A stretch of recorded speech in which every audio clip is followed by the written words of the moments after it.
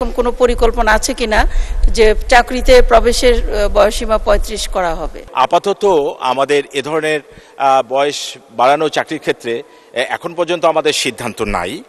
আমরা চাকরির বয়স আগামীতে বাড়াবো কি বাড়াবো না বা কি বাড়ালে ভালো হবে কিনা এটি আমার মনে হয় যে আমাদের নীতিগত সিদ্ধান্তের বিষয়। এটা নিয়ে অবশ্যই আমরা ভবিষ্যতে আরও আলাপ আলোচনা করার মধ্য দিয়ে আমরা সিদ্ধান্ত নিতে পারবো। জনপ্রশাসন মন্ত্রী জনাব ফরহাদ হোসেনের কাছে জানতে চাচ্ছি, সরকারের চাকরিতে যোগদানের যে বয়সসীমা আছে এটা অনেক আগে নির্ধারণ করা হয়েছিল। ইতিমধ্যে আমাদের লাইফ এক্সপেক্টেন্সি বাংলাদেশের জনগণের ৬২ সাল থেকে প্রায় ৭২ এসে পৌঁছেছে।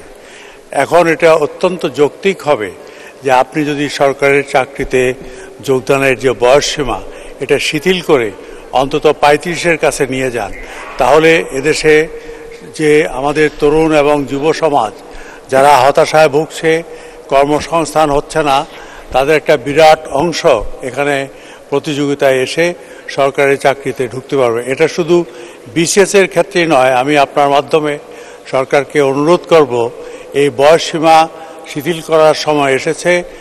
লক্ষ লক্ষ ছেলে মেয়ে হতাশায় ভুগছে, তাদেরকে বয়সসীমা শিথিল করে সরকারি চাকরিতে যোগ দেওয়ার সুযোগ সৃষ্টি করা সময় হয়ে গেছে। আমার মনে হয় এ ব্যাপারে আমরা সেই যে আমাদের না একটা মনোভাব, এখান থেকে বেরিয়ে এসে হাতে চলে আসতে হবে।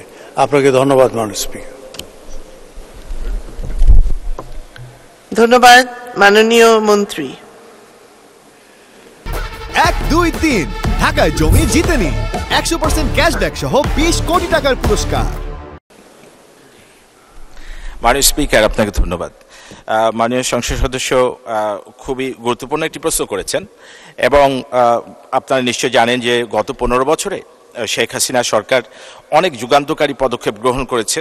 বিশেষ করে আপনারা নিশ্চয় জানেন যে চাকরির প্রবেশ বয়স ছিল ২৭ বছর, সেখান থেকে বৃদ্ধি করে সেটি ৩০ বছর উন্নীত করা হয়েছে।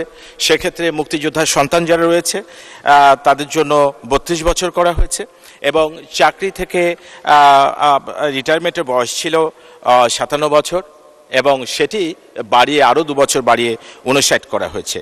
আমরা কিন্তু সবসময়তেই আমাদের যে যুগের সাথে তাল মিলিয়ে দেশের অর্থনীতি, দেশের যে আমাদের পরিকল্পনা, আমাদের যে রূপকল্প, সমস্ত কিছু আমরা কিন্তু বিবেচনা করেই চাহিদার পরিপ্রেক্ষিতে আমরা সবসময় আমাদের এই জনবল কাঠামো এবং নিয়োগ প্রক্রিয়া এই বিষয়গুলো সবসময় আমরা কিন্তু আধুনিকায়ন আমরা করে থাকি।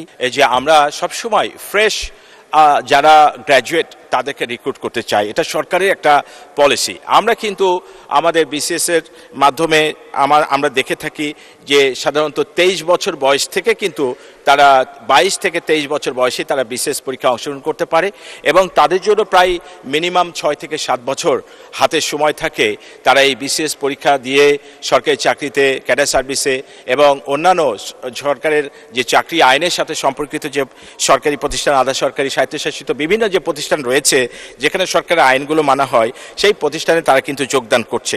তবে আমি মনে করি এটি নীতিগত সিদ্ধান্ত।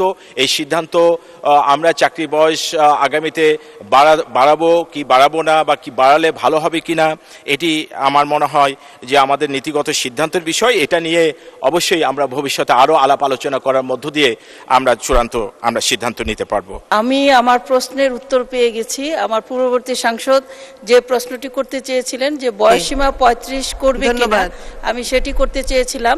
তবে আমি আজকে পত্রপত্রিকায় দেখলাম যে মাননীয় শিক্ষামন্ত্রী বয়সসীমা ৩৫ বাড়ানোর জন্য ডিউ লেটার দিয়েছেন। এই বিষয়টি আমি একটু জানতে চাই, আসলে কি এরকম কোনো পরিকল্পনা আছে কিনা যে চাকরিতে প্রবেশের বয়সসীমা ৩৫ করা হবে? অনেক ধন্যবাদ মাননীয় স্পিকার। ধন্যবাদ মাননীয় সদস্য। মাননীয় মন্ত্রী। মাননীয় স্পিকার, আপনাকে অনেক ধন্যবাদ। মাননীয় সংসদ সদস্য একটি আপনার পত্রিকার একটি খবর আমাদের দৃষ্টি আকর্ষণ করেছেন। তো ইতিমধ্যে আমরা একটি পত্র পেয়েছি, মাননীয় শিক্ষামন্ত্রী দিয়েছেন।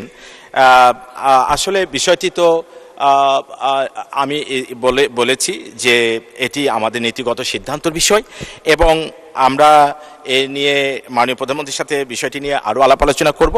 তবে আপাতত আমাদের এ ধরনের বয়স বাড়ানো চাকরির ক্ষেত্রে এখন পর্যন্ত আমাদের সিদ্ধান্ত নাই। আমরা এই সমস্ত বিষয় নিয়ে আমরা আরও আলোচনা পর্যালোচনা করে আমরা ভবিষ্যতে দেখব।